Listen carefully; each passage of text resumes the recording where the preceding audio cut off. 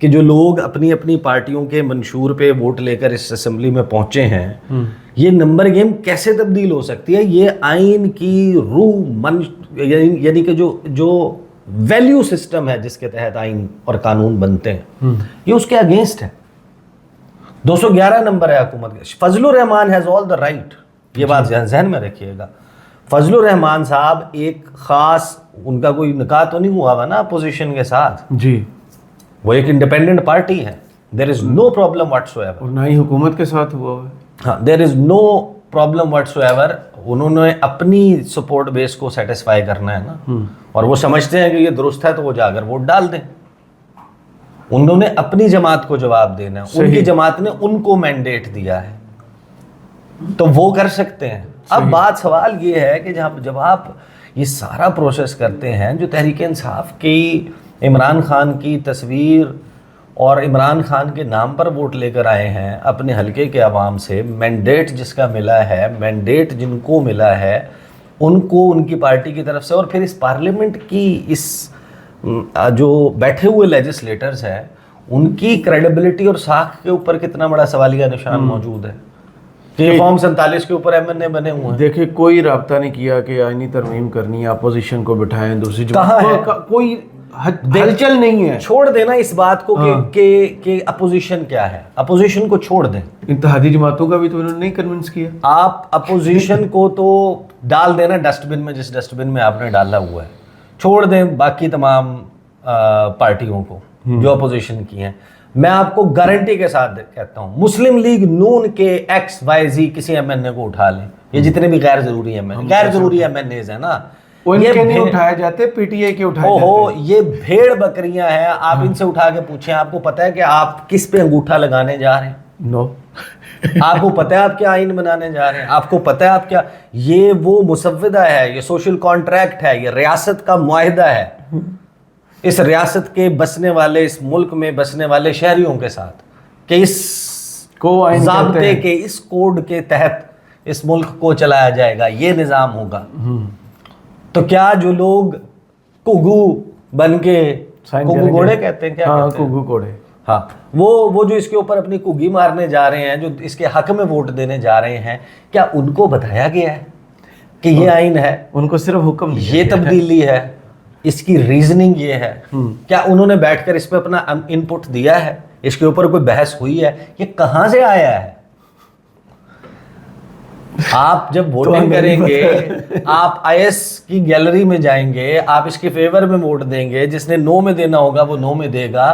نہ نو والوں کو پتا ہے کہ اس میں کیا ہے، نہ یس والوں کو پتا ہے کہ اس میں کیا ہے، سرپرائز۔ لیکن یہ ہے، اور کہاں سے آ رہا ہے یہ دیکھیں، اس کے اوپر آپ کر لیں گے، نمبر آپ کر سکتے ہیں بھائی، آپ پکڑ دھکڑ کر لیں گے، ادھر سے ادھر سے کر لیں گے۔